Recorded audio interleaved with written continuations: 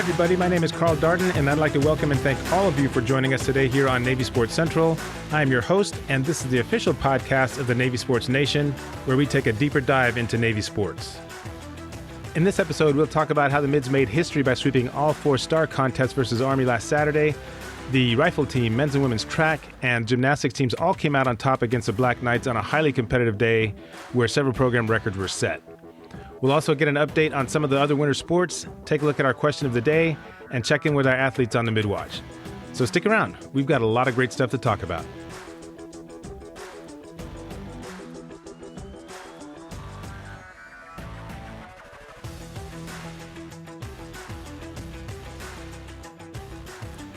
All right, welcome back, everyone. So glad to have you here. Whether you are a regular listener or you're hearing us for the first time, thanks for making us part of your day. You guys know I don't like to waste a whole lot of time, so let's go ahead and jump right into things. I wanted to get you caught up on some of the other winter sports before we focus on the ones in our deep dive segment. So we're going to go ahead and get started with men's basketball. They are currently 9-4 in the Patriot League, and that's good right now for second place with 5 games left before the conference tournament starts. In their most recent win against Lafayette, the defense did an outstanding job in the second half, shutting down the Leopards on their way to a 68-44 win. Now, Lafayette is a decent scoring team. I mean, they average 67, 68 points a game, but the Mids were able to limit them to 4 of 19 shooting in the second half for a total of only 14 points. So that pretty much did the job, and they really, really pulled away, I would say, with about between 8 and 10 minutes left in the second half, where a 48-40 lead just jumped up to about 56-40, and then they just built on it from there. As far as the scorers go, John Carter Jr., Richard Njoku, Greg Summers, and Tyler Nelson all got into double figures in points, and the Navy bench outscored the Leopards 22-5. Last week, Jalen Walker hit a mid-range jumper with about 13 seconds left to get a huge road win against Loyola. The Mids came away with that one 56-55. So next is the Star game against Army. That's going to be this Saturday, and I will be very, very curious to see how the Mids respond after that hugely disappointing loss last month. Not to bring up any bad memories, but the Mids let a 17-point lead with less than 10 minutes to go in the game get away from them before they ended up losing in overtime. So that was a real tough one to swallow. This is one of those times when it pays to just learn from that experience and then use the old neuralizer from Men in Black, if you guys remember that movie, where you just like wipe your memory clean and then just move on. So we'll see how things go up at West Point on Saturday. Okay, let's go ahead and move on to women's basketball. Right now, they are 4-7 in league play, and over the weekend, they came from behind to beat Loyola 61-54. Jennifer Coleman, Mimi Schrader, and Sydney Watts all got into double figures, and the Mids really made the most of their free throw opportunities, going 16 of 18 from the line. So right now, the team is in 7th place behind Army, which makes this Saturday's Star game even bigger. All 10 teams actually qualify for the Patriot League tournament, but finishing 6th or better means not having to play a first-round game. So if the Mids can figure out a way to win that one on the road and then nail down a couple more, they might have a chance to sneak into that number 6 spot. Oh, by the way, here's a quick update on the question of the day from December that I asked when we were covering the women's team. And if you recall, the question was how many times Jennifer Coleman would score at least 20 points in the 20 regular season games remaining. So since that time, the Mids have played 13 games, and Coleman has scored 20 or more points in 9 of them. So with 7 more to go, the guy who's looking pretty good right now is my classmate Tom Mortensen, because he selected 9 to 12 games that she would score 20 or more. There's a whole bunch of people that picked 13 to 16 games. I think there was at least 12 or so that went with those numbers. And they could still be right, too, depending on what Coleman does the rest of the season. So we'll see how things shake out. Okay, next up is the wrestling team. They have won their last 2 dual meets. First, they beat Bucknell, and by the way, that was for the 20th straight time. They followed that up with a 33-8 win over Clarion, and this does give them a little bit of momentum going into the Star meet against Army, which will be on February the 18th. Remember, last year it came down to the very last match, and it was Andrew Cerniglia who just overwhelmed his opponent to put it away for the Mids. Navy leads the overall series 50-10 with 5 ties, so we'll see if they can add to that total on the 18th. The one thing I did want to mention was that after last year's match, Coach Kolot made a point of saying he could not wait until he had a chance to wrestle Army at home in front of a huge crowd, because the match last year, the only people that could watch were team members and coaches. So I mentioned this in our group Facebook page last week, and that is, like most athletes, wrestlers draw all kinds of energy from crowd noise. So I'm hoping that Alumni Hall is going to be going crazy when the Black Knights come to town and help the Mids bring home another star. So if you live in the Annapolis area, and I know I have a whole bunch of listeners out there, and you don't have anything going on the 18th, get yourselves to Alumni Hall and show your support, because it could make the difference. The last two teams we'll cover are the men's and women's swimming and diving teams. Both of them completed another successful season. The women were 7-2 in dual meets. Sydney Harrington and Hannah Monto continued to perform at a high level. At the most recent Navy Invitational, which is basically Navy's last meet before they go into the Patriot League Championships, Harrington won the 50 and 200 freestyle along with the 200 butterfly, with regional qualifying times in all three of those races. Also, Monto, who is a diver, finished first in the 1 and 3 meter springboard diving events, and she is also qualified for regionals. Now, on the men's side, they finished with an 8-2 record in dual meets and closed their season with a win over Columbia. And in the Navy Invitational meet that I just mentioned, Pat Colwell, who is a sophomore from New Canaan, Connecticut, won the 200 individual medley as well as the 50 free. And Everett Andrew, who is a freshman from Wilmette, Illinois, finished first in the 200 and also the 1650 free. So, wow, that kid's got some serious range. You don't see a whole lot of swimmers who are effective at those shorter distances, going all the way up to basically a mile. So, yeah, next up are the Patriot League Championships, which actually start on February 16th, so basically next week. Both teams are the defending champions from 2020. You'll recall that last year they had to scratch the championships because of the pandemic. Okay, so that does it for the winter sports update, but don't go anywhere. Our deep dive segment is next.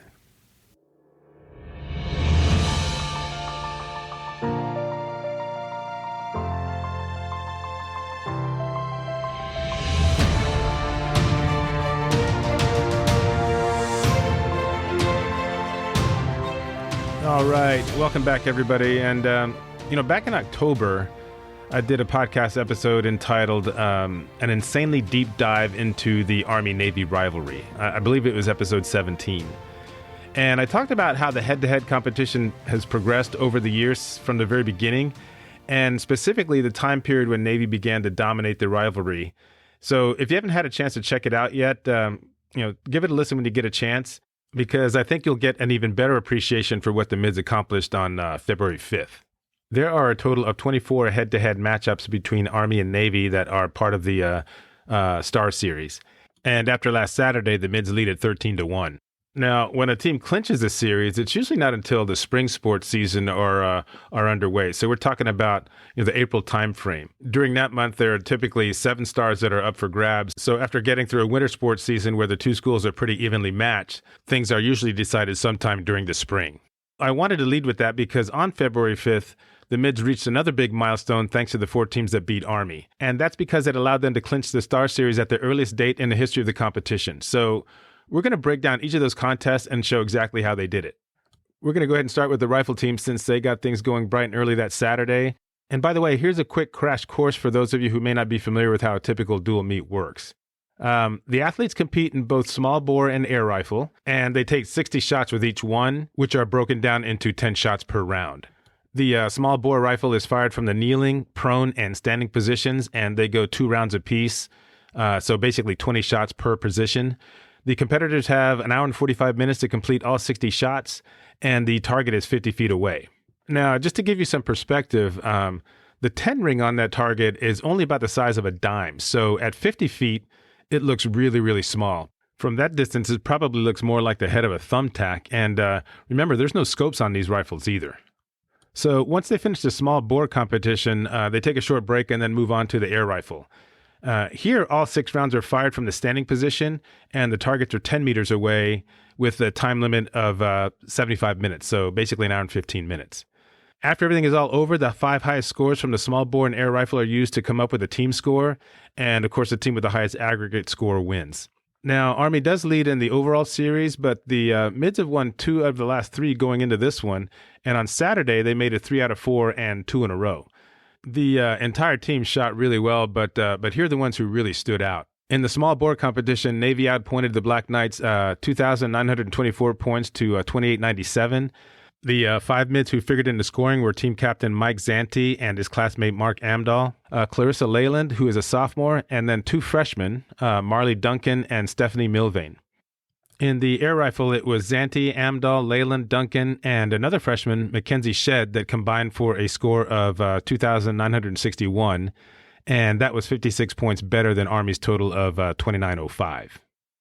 It was a record-setting day for Duncan, who is from Wake Forest, North Carolina. She tied the program record in the small bore with a score of 592, and then followed that up with a 596 in the air rifle.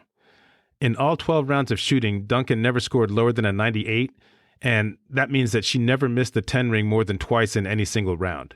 You're going to hear a bunch of numbers here, but they're worth repeating. Duncan's small bore scores were 98, 98, 98, 100, 99, and 99. And if you think that's something, wait till you hear this. In the air rifle, she shot 98, 99, 99, 100, 100, and 100 to get to that 596. So think about that for a minute.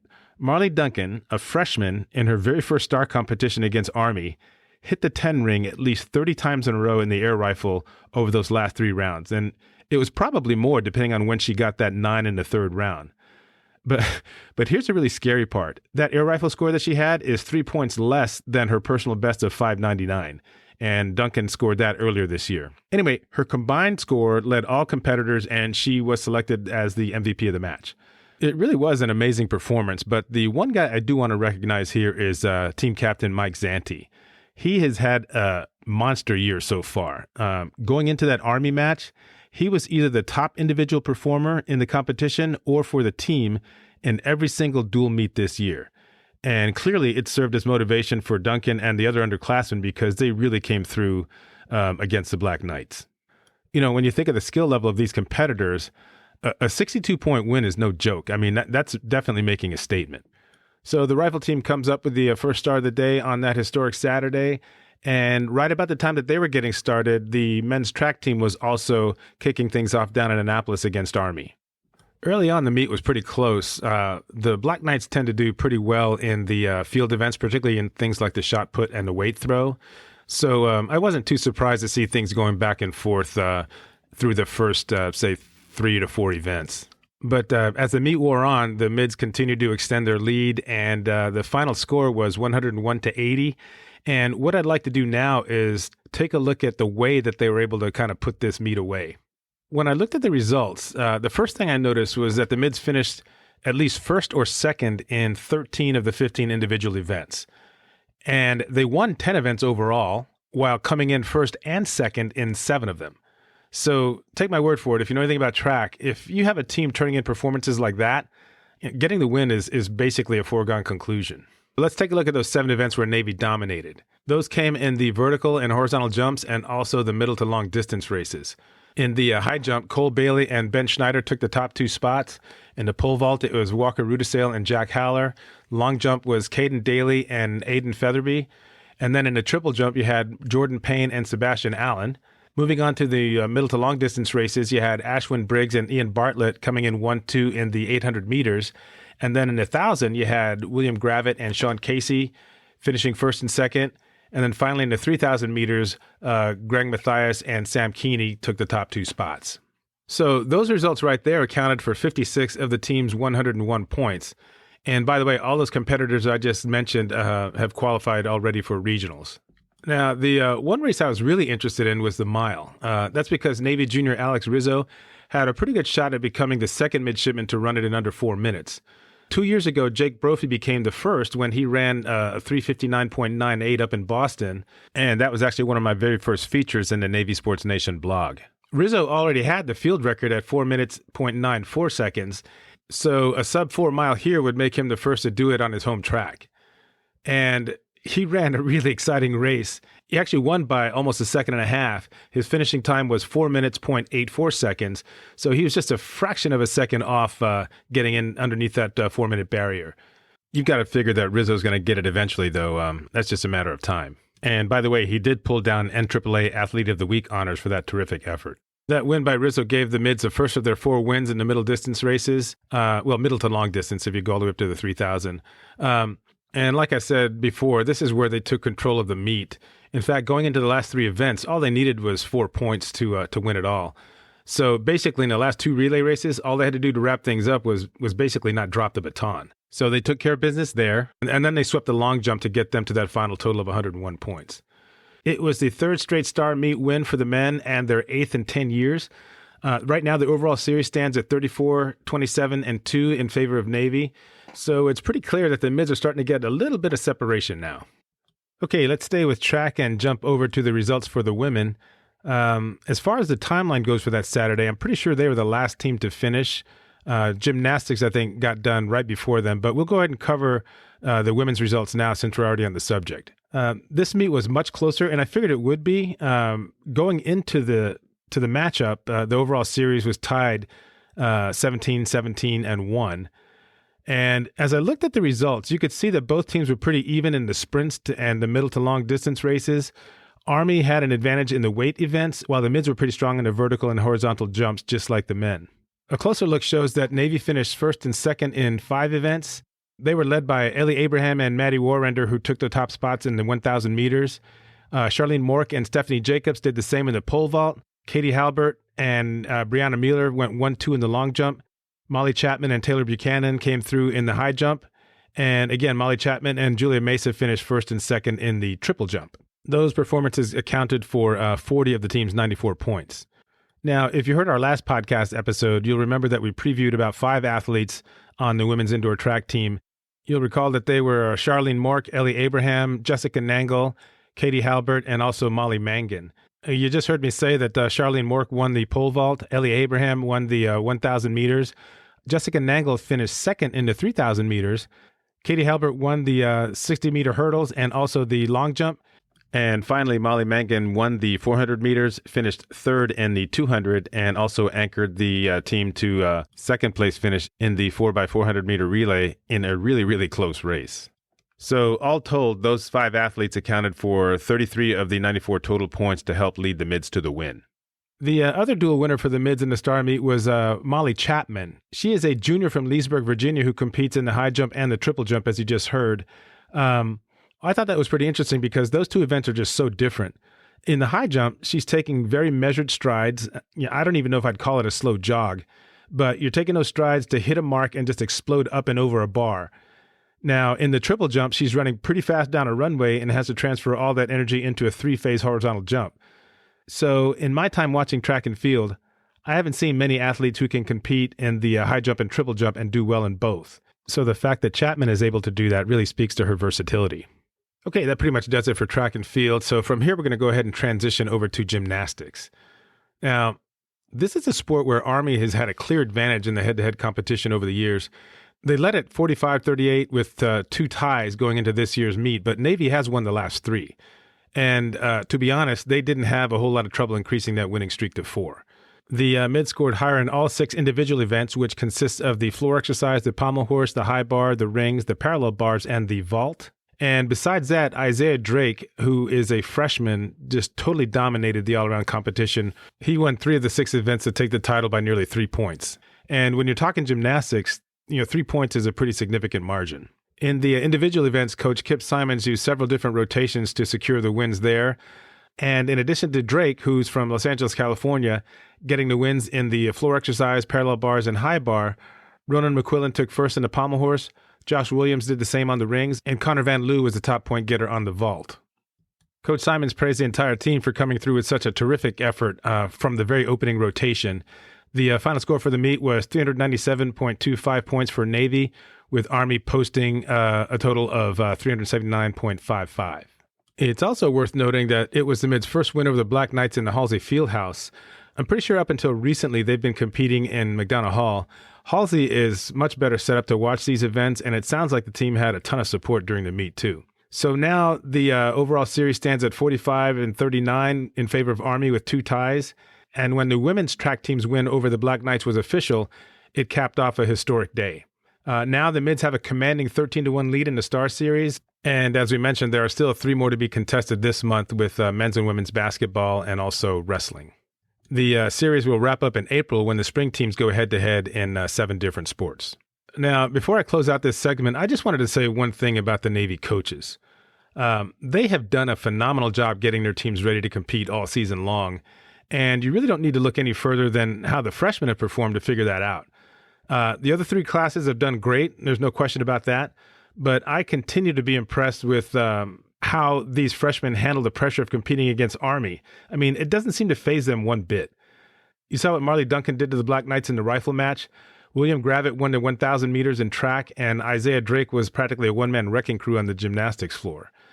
These athletes are already some really, really cool customers, and that's going to make them very dangerous in the coming years as they get more experience. We'll be right back.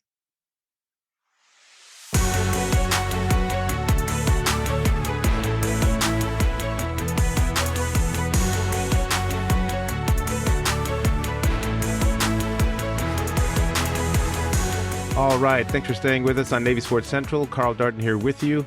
And now it's time for our question of the day. First, let's go back and check the responses from our last one. A couple of episodes ago when we were talking about the men's basketball team, I asked how many Patriot League wins would the eventual champion have?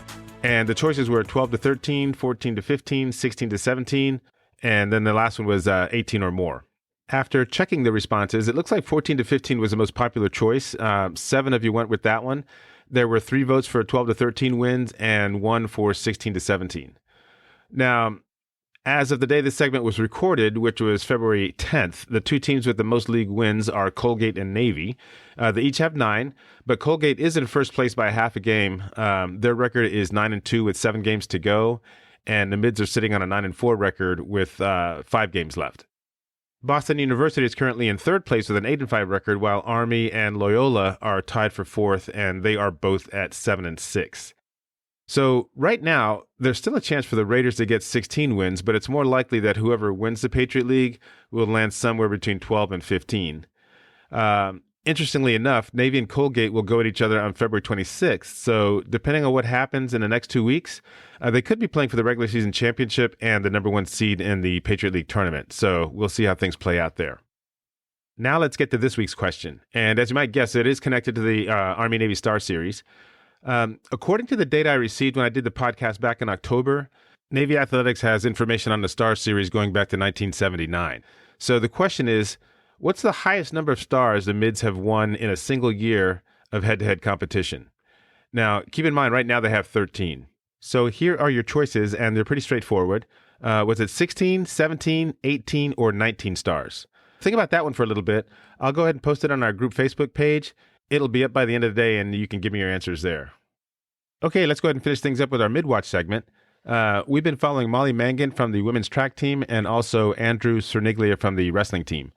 Let's go ahead and start with Molly then. She picked up 10 points by winning the 400 meters, finishing third in the 200, and anchoring the 4x400 meter relay team to a second place finish. Her winning time in the 400 was 56.16 seconds, and that time was close to a second under the regional qualifying time of 57.04. Now, Molly hasn't run the 200 as often this year, at least not according to what I've seen. Her time in the Army meet was 25.14 seconds, which was just a tenth off of what she needs to qualify for regionals. But she's going to have 3 more chances to do that, including the Patriot League Championships. And finally, we have Andrew Cerniglia. He's currently ranked 26th nationally at 157 pounds. And he's won his last 2 matches pretty handily. Against Bucknell, he earned a 9-3 decision. And in the Clarion match last weekend, he pinned his opponent with 4 seconds to go in the first round. When the Mids square off against Army, Cerniglia will be matched up against senior Marcus Hartman. He's ranked 24th right now, so that should be a really interesting pairing. I'm not sure what Hartman's record is in dual meets this year, but as I mentioned earlier, Cerniglia's is 23-5. Now, it is worth mentioning that the Black Knights are going into this meet against Navy next week on a high note. They knocked off number 15th ranked Lehigh in their final home match of the year. So they're going to be feeling pretty confident. And I'll tell you, it could get pretty intense if Hartman and Cerniglia end up wrestling in the very last match with the star on the line. That would have been the case last year, except Hartman got hurt in the match before they went up against the Mid. So Cerniglia ended up just basically dismantling the guy who took his place. But the thing that really kind of bugged me was that the West Point announcers seemed to think that if Hartman wasn't injured, Army would have just cruised to that star win easily. And that annoyed me because they clearly didn't know anything about Cerniglia at all.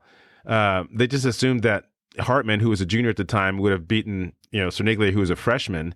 And actually, last year, Cerniglia had a better dual record against some pretty tough competition. So for them to assume that Hartman would have easily won tells me that they really didn't do their homework. Anyway, I don't know where these two guys will be wrestling in the meet, actually. It could be at the beginning or in the middle. But if I had to bet money on it, I would say that they're going to be the very last match. Now, I've got one final thought. It was just like I was saying before. Wrestlers feed off of crowd noise. All right. So if you're local, get yourselves out to Alumni Hall, because the more support Andrew Cerniglia and the rest of the team has on February the 18th, the better. That's going to do it for this edition of Navy Sports Central. Thank you all so much for joining us. Now, if you like what you've heard, make sure to follow us wherever you get your podcasts, and remember to spread the word to all the other Navy fans out there. We have been getting a great response to our question of the day, so if you want to jump in on that, just go to the Navy Sports Nation group Facebook page. It will be pinned to the top so you won't miss it. And just a quick reminder, the views expressed on Navy Sports Central are my own and do not reflect those of the U.S. Naval Academy or Navy Athletics. By the way, the music used in Navy Sports Central comes to you courtesy of Audio Jungle. This is a great site for purchasing the rights to use music from thousands of artists around the world, and those we feature in the podcast will be credited in our show notes. Talk to you soon, everybody. Until next time, this is Carl Darden. Go Navy, beat Army.